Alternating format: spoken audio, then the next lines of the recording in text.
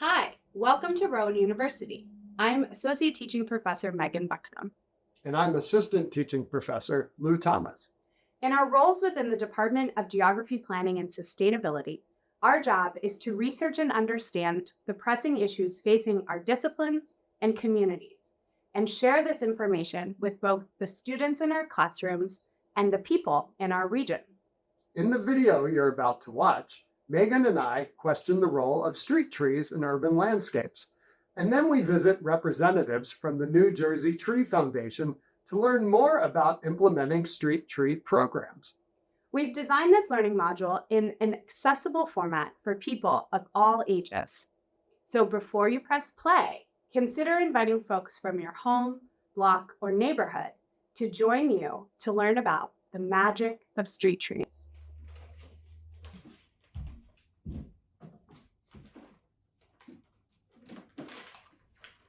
Whoa, Megan, what's up with all these pretend trees? Are we building a pretend forest? Not quite, Lou.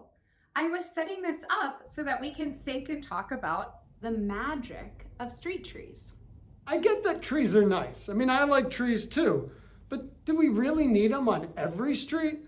I mean, some of my favorite streets don't have any trees. Think about the Italian market in Philly. It's so vibrant, but there's no trees. I mean, trees, they have their own issues, maintenance problems, things drop. And also, you're a professor. Like, what are you doing talking about magic? Well, Lou, I think when you learn about the depth and breadth of benefits that can come from planting more street trees, I think you might come to see the magic of street trees. Here, Lou, let me show you what I mean. Take a closer look at this tree. Let me help you. Okay. What is in here? We've got a little bee.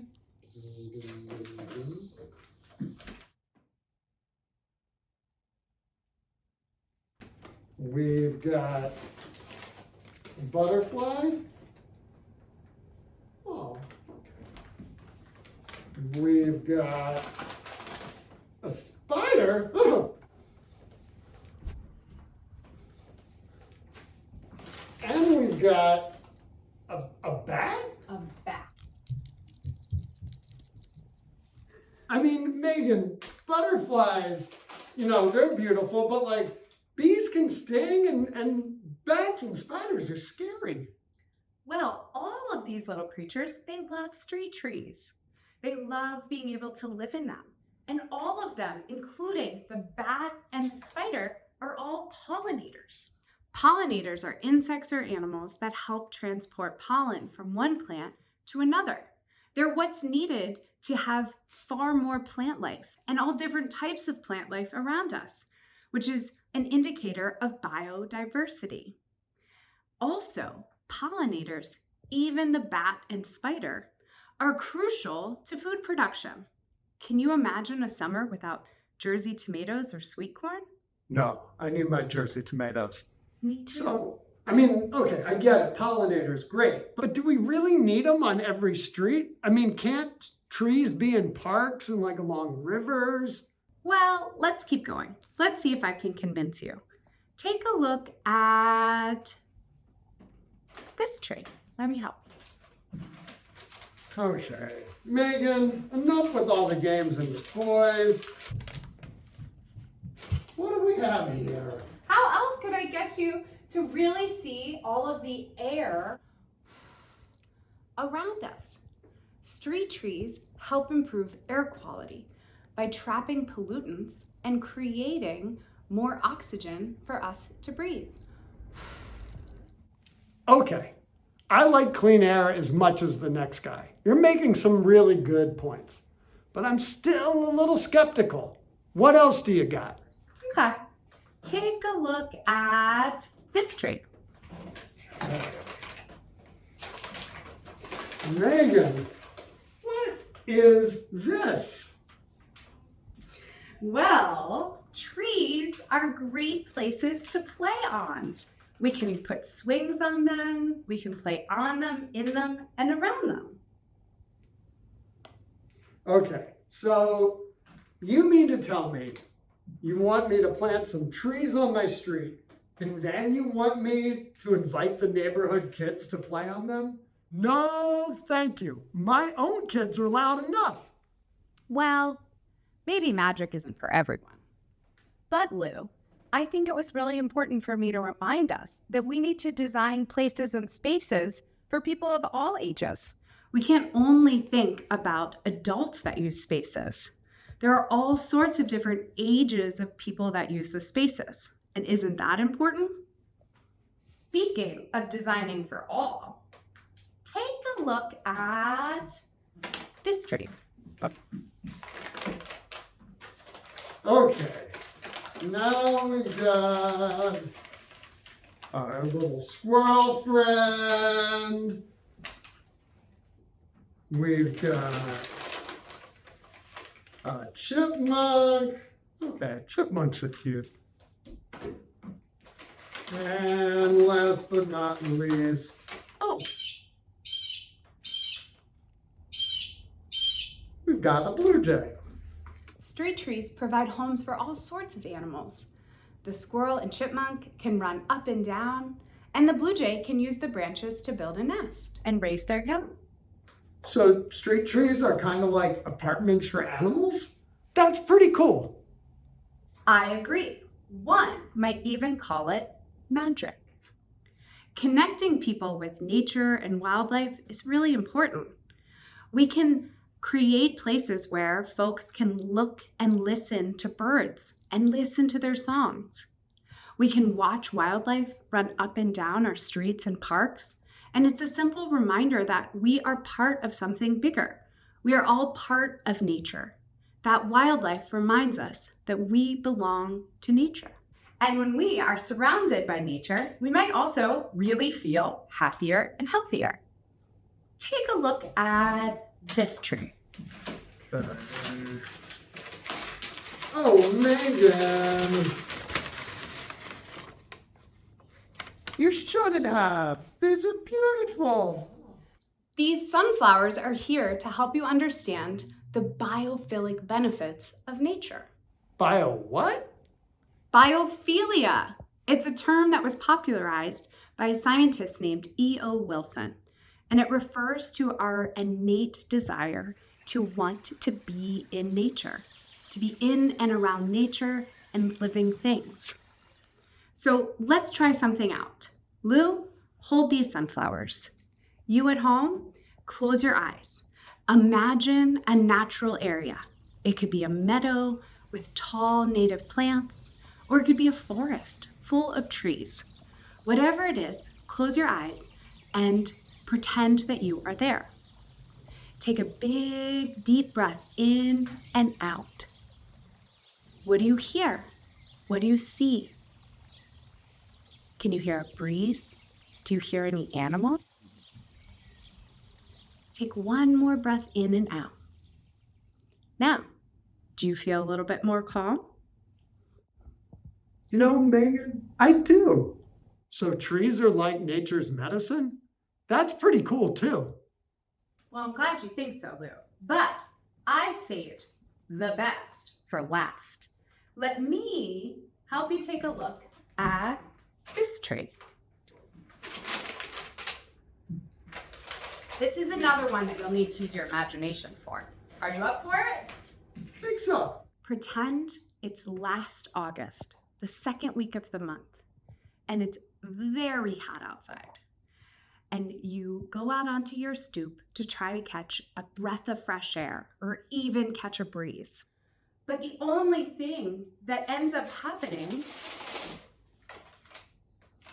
is you end up just having the sun beat down on you even more. It's making you hotter and hotter. Thanks for taking me back to last summer, Megan.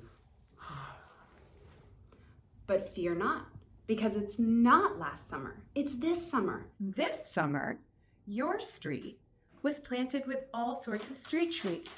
And so those street trees become the shade that can block the sun and creating more shade for the whole street. That's like free air conditioning from nature.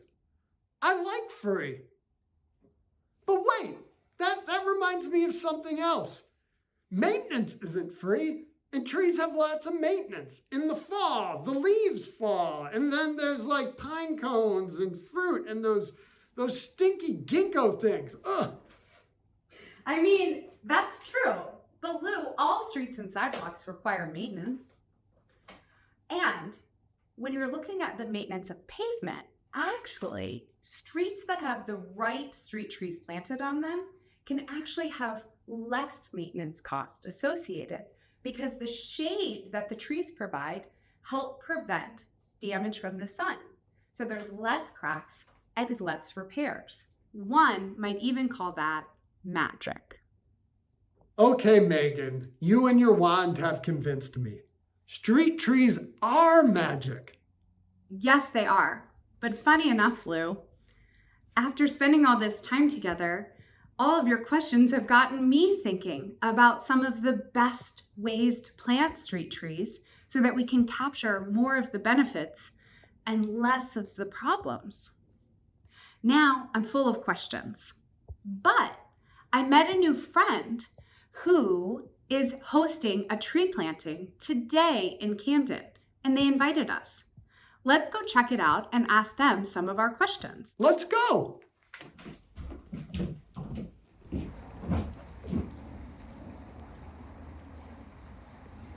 We went to the tree planting at Liney Ditch Park in Camden, organized by the New Jersey Tree Foundation.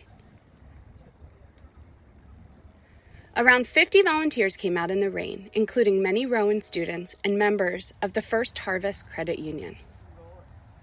Together we planted 17 trees and cleaned up the park. We had hoped to interview Meredith Piccini and Crystal Wessel of the New Jersey Tree Foundation there, but with the rain, we rescheduled for a sunnier day. So the tree planting day was such a rainy day that I met up with Meredith and Crystal from the New Jersey Tree Foundation on a much more sunnier, drier day to learn a little bit more about street trees. And we're here on a project that New Jersey Tree Foundation planted all of these trees. So we are along the 600 block of Royden Street in the heart of Camden, New Jersey. And this is actually the site of our very first tree planting back in 2002. Before Crystal and I were employees here at the Tree Foundation, but it was our very first project. Oh, it's beautiful. I love how they look up and down the block. It's beautiful. Can you all both tell me a little bit more about what you do? So I'm the program director for our South Jersey program, where our base is in Camden. So most of our projects are in Camden. Basically, we just plant trees for anyone who wants them. So someone, a resident or like a community group or a church or a school, they reach out because they would like to see more trees on their property, on their block.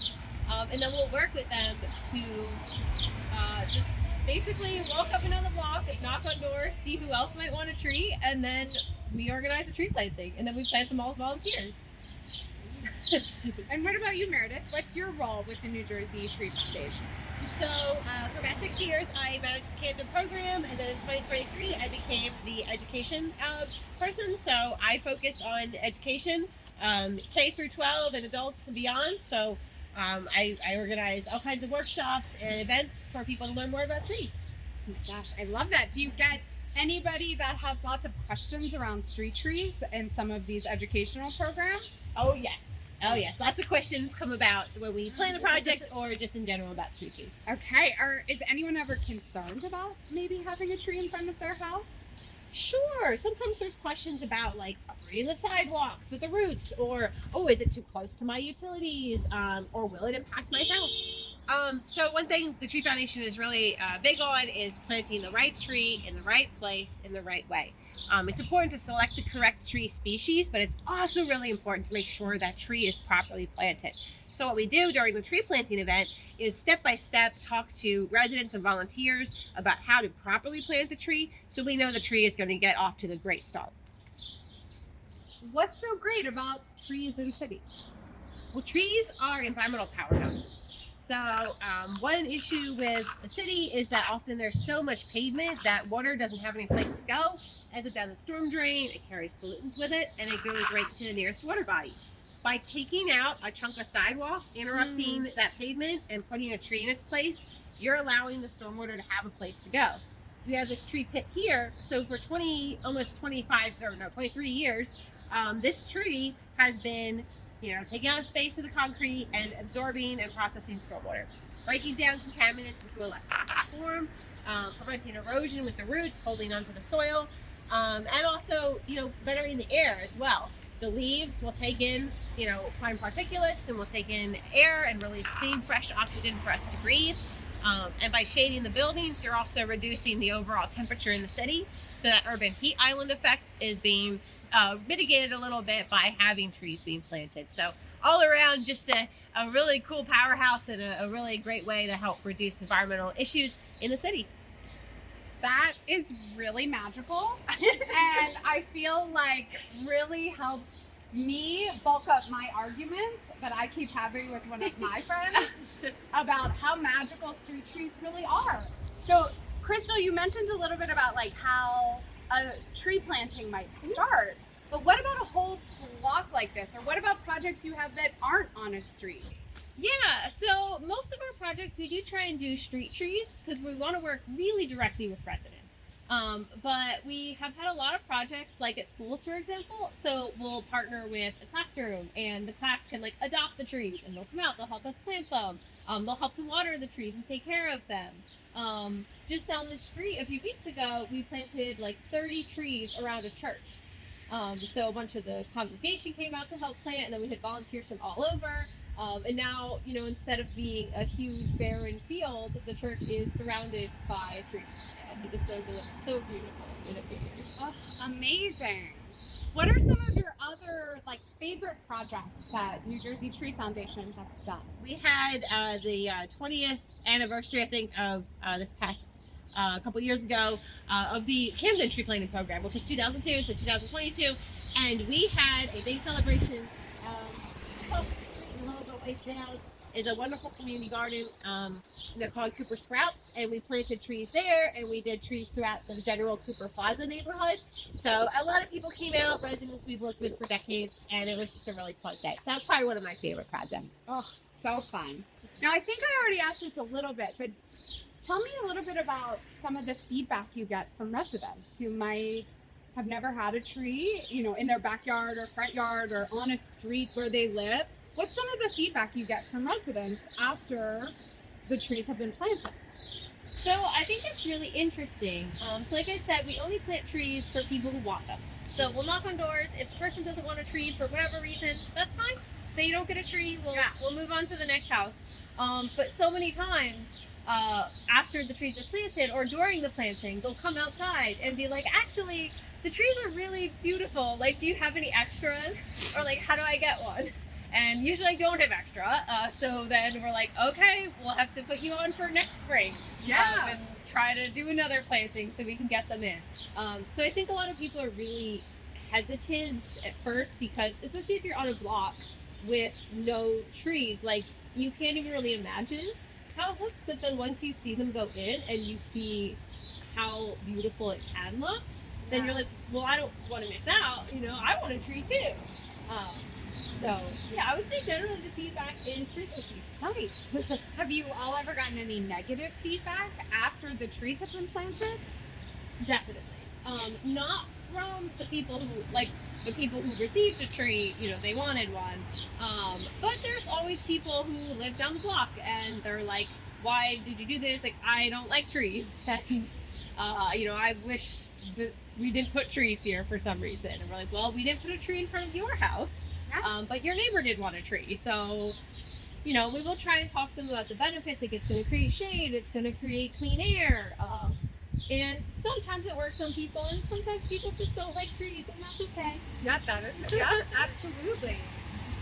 What have been, so that's like some of the concerns, but what have been some of these like any stories or anecdotes of people just loving their trees so much? Well, I know in North Camden, residents will often put Christmas lights on their trees. So, like if you go down Erie Street, which is a main thoroughfare in that section, you'll see a bunch of beautiful trees that we've planted over the years, and you'll see decorations. Their tree pits are decorated. You got Christmas lights, little birdhouses, flowers, all kinds of stuff. People really take their tree pits and their trees very seriously, and it's so cute. Oh, I love that. I love that. Crystal, do you have any stories of people just loving their trees so I think much? a lot of people that name their trees.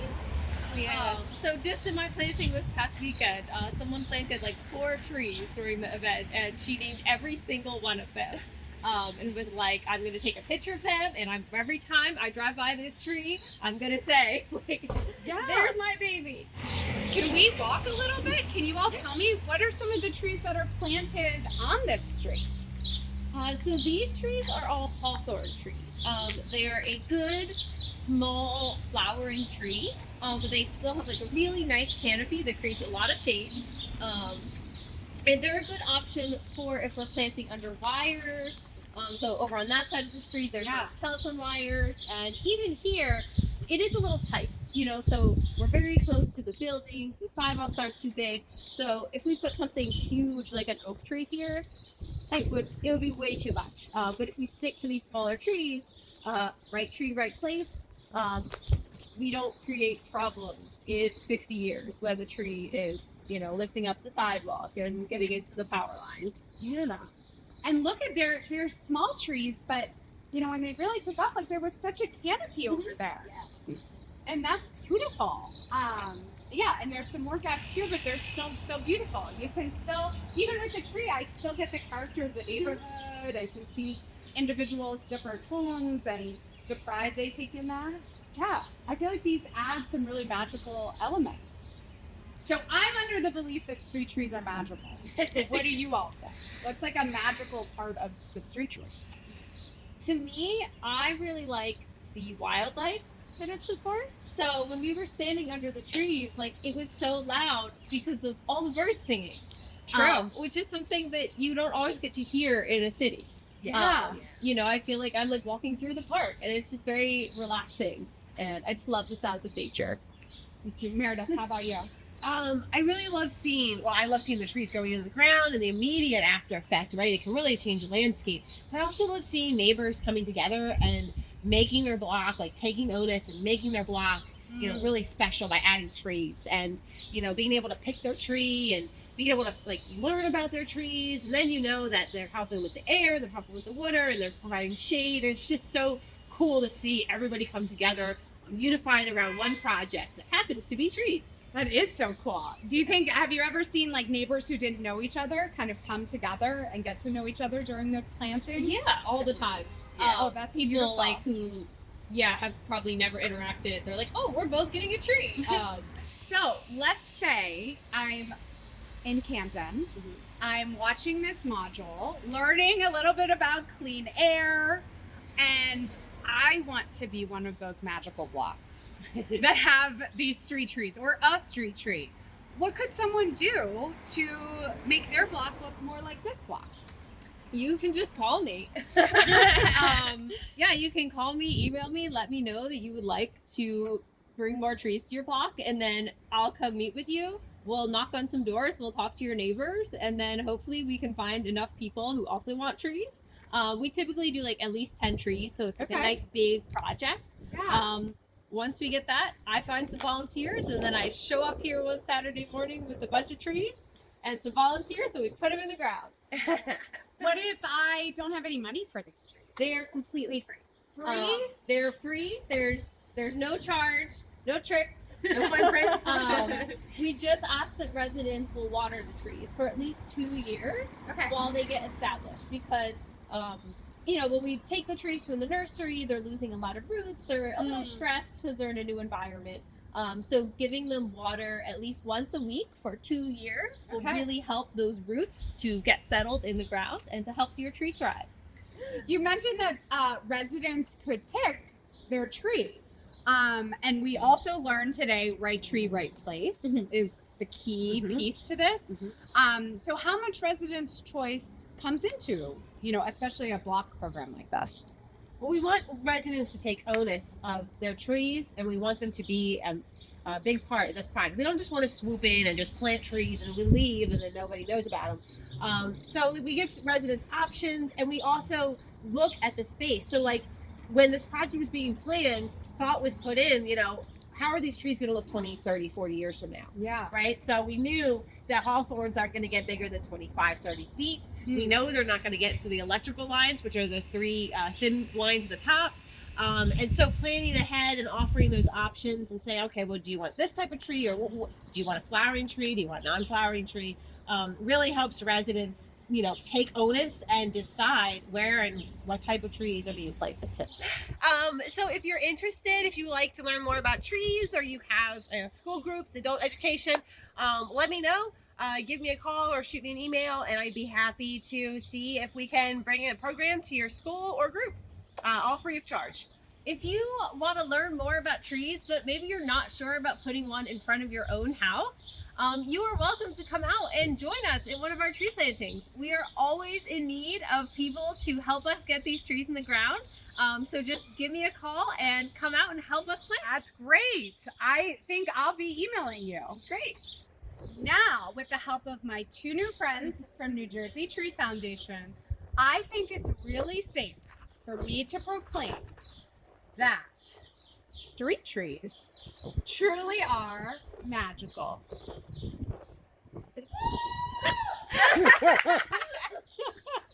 Thank you. Thank you.